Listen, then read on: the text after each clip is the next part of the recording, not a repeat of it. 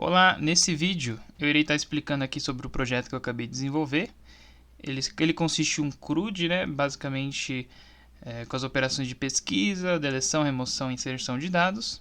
Ele faz uma conexão com o banco de dados e mostra ele em tempo real na tela os dados que estão no banco e você pode fazer as operações de acordo ali com a vontade do usuário, né? Então aqui eu criei um gerenciadorzinho, eu criei um executável desse meu arquivo Python. Ele é um gerenciador de matrículas, então eu peguei como se fosse, por exemplo, uma academia e fiz uma tabela de acordo. Eu vou iniciar aqui para a gente estar dando uma olhada. Aqui o meu gerenciador. Ele tem a tabela aqui dos dados, né, que eu já inseri alguns dados para poder fazer esse vídeo.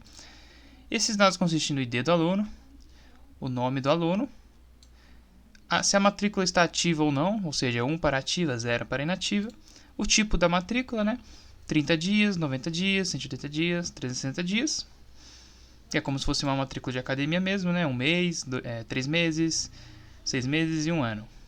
Aqui a data início que ele iniciou, né, dia 22 do 3 de 21, por exemplo, nesse primeiro registro, e a data fim. Sendo que a data início, o dia que eu inseri o dado, e a data fim, o dia que eu inseri o dado, mais os dias do tipo matrícula. Então esses dois campos aqui são cálculos feitos. Aqui eu tenho as opções de pesquisa, de inserção, alteração e exclusão.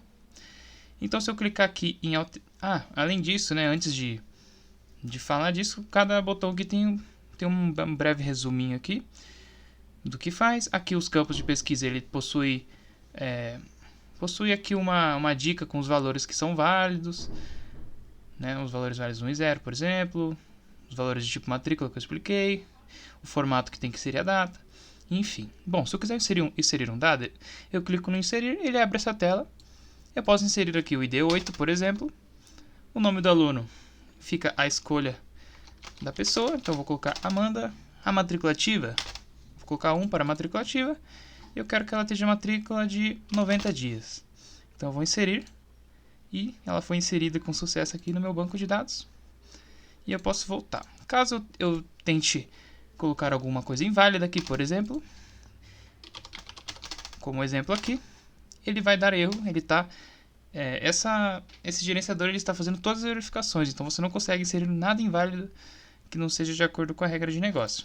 Se eu tentar colocar um dado inválido, aqui Cláudia, com o ID errado, ele vai falar, insira apenas números. Então eu posso colocar aqui o ID 9, por exemplo. Só que se eu colocar o nome errado, ele fala para não usar caracteres especiais. Se eu tentar colocar um número, ele vai falar para não usar números. E assim essa verificação acontece para todos os campos aqui. Alterar é a mesma coisa. Eu posso alterar aqui de acordo com o ID. Então eu dou o ID do aluno, quero alterar o meu registro aqui. A única coisa que eu não posso alterar é a data fim e a data início. Apenas os dados referentes a esses primeiros 4 campos aqui. Então eu quero alterar o nome, vou colocar agora Luiz Carlos. Matrícula ativa? Não. E o tipo matrícula, eu posso colocar o que eu quiser também, de acordo com que seja válido. Então ele alterou aqui, ó, e foi bem sucedido. Eu posso excluir também pelo ID, apenas basta dar o ID do aluno e eu consigo excluir aqui o ID que eu quiser. Então, excluído com sucesso e voltar. Aqui nos campos de pesquisa, eu posso pesquisar pelo ID aluno. Então, se eu clicar no ID aluno e colocar o dado, o ID 5, eu consigo ter os dados do Carlos Santana. Se eu colocar ID 1, eu consigo ter os dados do Luiz Eduardo. E se eu colocar ID 6, por exemplo, me retorna todos os dados do Clóvis. Posso pesquisar também por todos os registros novamente, ele aparecerá na minha tabela. Posso pesquisar o nome do aluno, então eu quero a aluna Sara. Ele vai me dar aqui a aluna Sara. Agora eu vou pesquisar por Jorge, ele vai me dar o aluno Jorge. Eu quero saber os matrícula ativa agora, eu quero saber quem está com a matrícula inativa. Apenas o Clóvis. E os que estão ativos são apenas todos menos o Clóvis. Tudo bem. Tipo matrícula é o tipo, eu quero saber quais alunos têm a matrícula de 30 dias. Sara e o Jorge. Quero saber quais têm o de 90. Temos apenas a Ana Carolina. Eu quero saber os de 1 ano. Luiz Eduardo Costa Santana. E os de 180 dias, Carla Silva e Clóvis. Então aqui ele está totalmente funcional também. E ele não aceita qualquer tipo de caractere inválido, por exemplo. Aqui no caso ele só pesquisa, então pesquisa e limpa, então não precisa de nenhuma letra aqui. Mas se eu tentar pesquisar, por exemplo, algo inválido, ele vai dizer para apenas digitar o correto, né? Porque ele faz a pesquisa no banco de dados de acordo com o dado que eu coloco aqui. Então a minha aplicação ela trata e filtra todo esse campo para cada um desses botões aqui. Então, por exemplo, se eu tentar colocar isso aqui, formato inválido. Se eu tentar fingir que eu vou colocar um formato inválido, ele também vai dar erro, por exemplo. Ou na verdade ele vai pesquisar isso aqui, mas não irá ter nenhum registro desse ano aqui, né? Mas se eu tentar colocar caracteres especiais também ele dará erro. Então eu posso pesquisar também pela data, né? Eu quero saber os alunos de 2021, no dia que começaram no dia 3, aliás, no dia 22/3. Então eu tenho todos esses alunos aqui. E basicamente é bem simples, o software é apenas isso. E se eu clicar em voltar ele fecha, porque esse módulo eu pretendo colocar num programa maior. Então se eu clicar em voltar aqui ele vai acabar fechando. Mas ele está totalmente funcional e conectado com o banco de dados SQLite.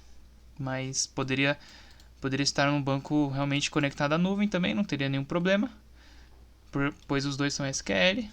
Então acredito que na parte visual do software é apenas isso. Agora uma breve explicação do código do software. Eu não vou entrar em muitos detalhes, mas eu vou apenas explicar o funcionamento desse software, né? Então eu fiz aqui 3 módulos, que são os módulos, sendo o gerenciador.py o módulo principal, onde eu consigo executar o meu programa, pois ele chama os outros módulos. Tenho o módulo onde está o código em si, da aplicação, que está fazendo todas as verificações e tudo, e o módulo que faz as conexões com o banco de dados. Então, são 3 módulos. Aqui do lado, esses arquivos .ui são as minhas telas propriamente ditas, pois aqui neste designer, onde eu faço as telas, eu posso criar uma tela nova, como essa aqui, fazer toda a aplicação do jeito que eu quero, arrastar os botões e tudo. E no final eu salvo e ele me gera esse arquivo aqui, .ui.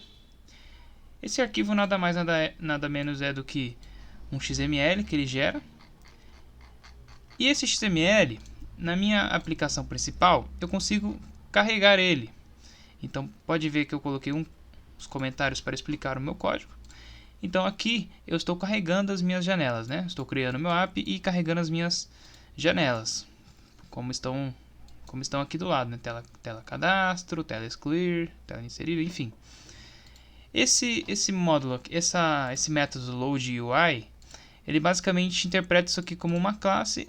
Eu salvo nessa variável aqui. E aí eu consigo consigo manipular as coisas que acontecem dentro dessa tela. Por exemplo, aqui, onde eu conecto os botões, eu consigo fazer essa tela cadastro, especificar qual botão que eu quero nessa tela cadastro, que tela cadastro nada mais nada menos é do que essa tela toda aqui, né? Essa aqui. Então aqui eu estou dizendo tela cadastro, quando o botão 2 for clicado, conectar a janela inserir, ou seja, quando o botão 2, que é esse botão aqui, for clicado, conectar na janela inserir. Essa abrir janela inserir é uma função que eu declarei lá para cima. Dessa linha para cima, da linha 370 para cima, são todas funções. E aqui é o meu código todo no paradigma funcional. Eu preferi fazer nesse paradigma porque eu acredito que fica mais simples de entender, pois as funções são como os eventos, né? A partir do momento que eu crio lá, por exemplo, eu iniciei aqui meu código e ele está parado, né? E aí quando eu clico em alguma coisa ele ativa um evento, que é uma função. Então eu achei mais fácil fazer desse jeito. Eu poderia fazer com uma classe também. Então aqui ele chama minhas funções, né? Quando eu digo .clicked connect, ele está conectando a uma função. Todas essas aqui são funções.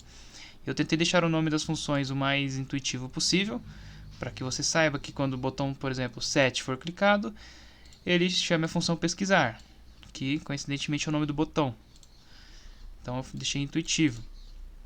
Aí aqui, esses todos são para a tela de cadastro. Esses aqui são para a tela de inserir. Como a gente sabe, a tela de inserir só tem dois botões, né? Que é o de voltar e o de inserir propriamente. Então ele chama só essas duas funções. E o mesmo para todas as outras telas, né? De atualizar e de excluir. Então aqui eu estou tratando o que acontece os eventos na tela. Então todas essas linhas aqui. Aqui os carregamentos, os eventos. E aqui eu atualizo a tabela principal. Aquela tabela que aparece quando a gente abre o nosso software, né? Ou seja, essa tabela aqui. Eu estou atualizando ela. Então assim que eu abro o software, eu já atualizo aqui. E lá em cima são as funções, que eu não vou entrar muito no detalhe, mas basicamente as funções são as verificações, né, que ele está fazendo nos campos e entrando em contato com o banco de dados. Que, por exemplo, aqui que é a função de pesquisar, é a função mais extensa do meu código. Porque ele trata aqui todos esses campos aqui, então eu tenho que fazer um if para cada tipo de campo aqui.